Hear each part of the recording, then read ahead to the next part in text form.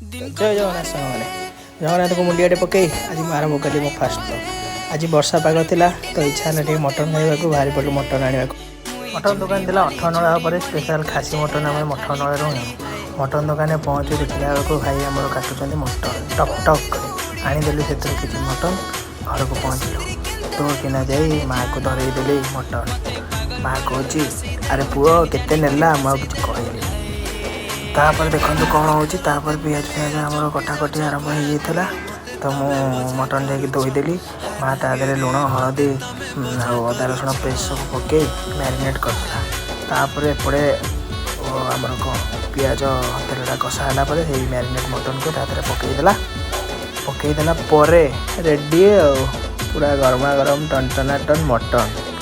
तापर घीअन्न सहित सर्व है आम सहित घीअन्न मटन सालाड पुरी लोक गोटे फेमस जय जगन्नाथ।